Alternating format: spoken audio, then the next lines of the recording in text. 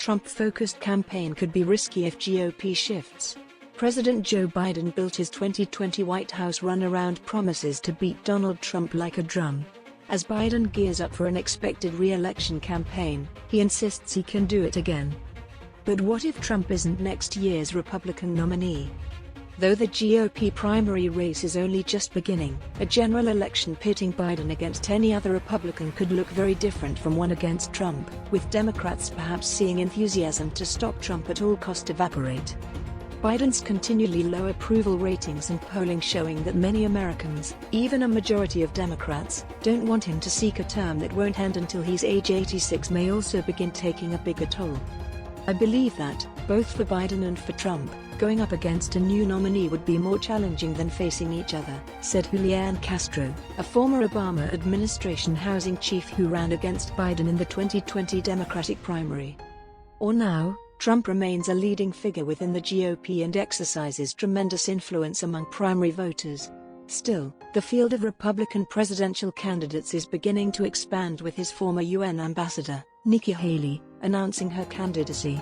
Polling suggests that GOP voters are open to backing someone other than Trump.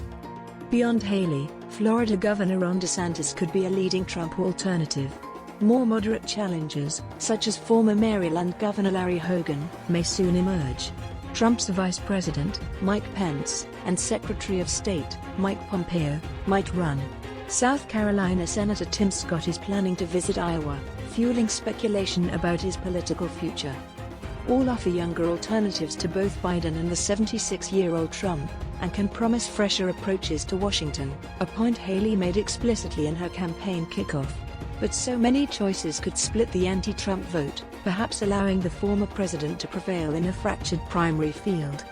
Selena Vazquez, founder of the progressive group Texas Latinas List, said Biden's re-election appeal is built on his experience, not simply defeating Trump again. My generation, and the generation behind me, we've seen the dangers and the disaster of the MAGA Republicans, said Vazquez, whose organization promotes engagement by Texas Hispanic women at all levels of political office. MAGA is the acronym for the 2016 Trump campaign's slogan, "Make America Great Again," and has since become a general synonym for a descriptor of Trump policies and supporters. Biden's political standing within his own party is perhaps stronger than it has ever been. After Democrats showed surprising resilience during last fall's elections, no major challenger has emerged to compete against the president in the party's upcoming primary. Democrats also just replaced Iowa with South Carolina to lead off their 2024 primary at Biden's behest. And, despite still high inflation, unemployment has fallen to its lowest level since 1969. Top Democrats say another factor in Biden's favor is that, unlike former President Barack Obama, who was seen as a political phenomenon, Biden only got to the White House after two previous failed runs and was never viewed as a potentially transformational Washington force. That has kept the party and voters alike from falling into the complacency that contributed to Democratic losses in the 2010 and 2014 midterm elections under Obama. For Biden, the political nature of his presidency is one where Democrats around the country realize we all have a role to play in making sure he succeeds, said Ben Wickler, chair of the Wisconsin Democratic Party. It's everybody's job. Some voters in competitive states such as Georgia, however, say Democrats would be foolish not to think that a younger Republican nominee could capitalize on Biden's age. It really matters also who his actual opponent will be, Latavia Woodward, founder of Who's Got Next Music, a music tech platform in Atlanta, said after listening to Vice President Kamala Harris speak recently at Georgia Tech University. But, as a strategy, I do believe that it is a concern and I think we need to prepare for it, not just react to it. Doing so may not be easy. Polling from the Associated Press NORC Center for Public Affairs research shows that only 37% of Democrats say they want Biden to seek a second term, down from the 52% who backed the president running for re-election in the weeks before he led the party to a stronger-than-expected showing in November. Among Republicans, 49% say they want Trump to run next year, while 50% do not. That's a modest shift from October, when 57% of Republicans reported wanting Trump to run. Overall, just 22% of U.S. adults want Biden to run again compared to 27% who want Trump to run again. Former House Speaker Paul Ryan, Republican Wisconsin, has said he thinks anybody not named Trump can beat Biden. Governor Chris Sununu, RNH, himself mentioned as a possible White House 2024 contender, said Trump can't get it done against Biden.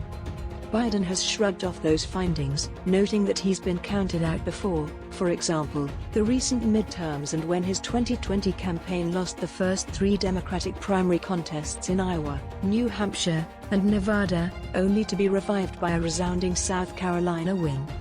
Castro said beating Trump is a central argument for Biden's re-election, though equally important will be his legislative accomplishments, including a sweeping public works package, new gun safety rules and steep federal spending increases on green energy, high-tech manufacturing and health care.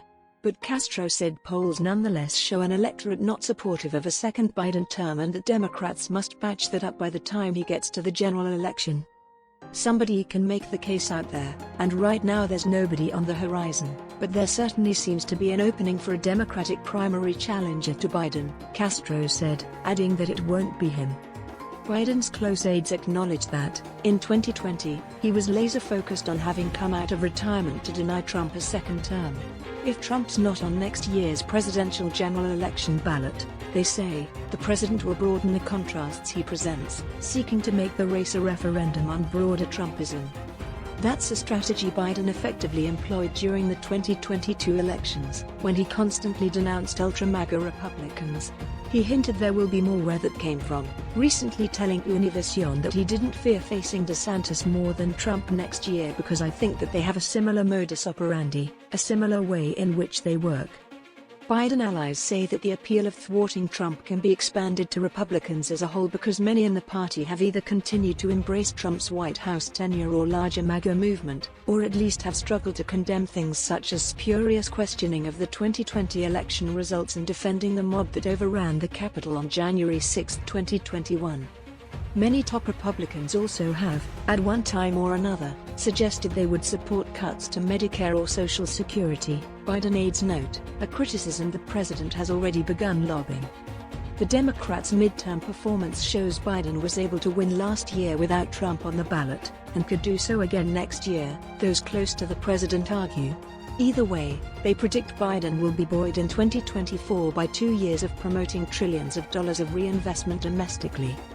That all resonates with Brandon Mayberry, an Emory University senior who also came to hear Harris in Atlanta. He said he plans to vote for Biden in 2024 regardless of who the president's opponent is, but admits that what happens next gives him pause. That's today's latest news. Don't forget to subscribe, like, and comment so that this channel can continue to exist. Thank you for listening to the end and I hope it's useful.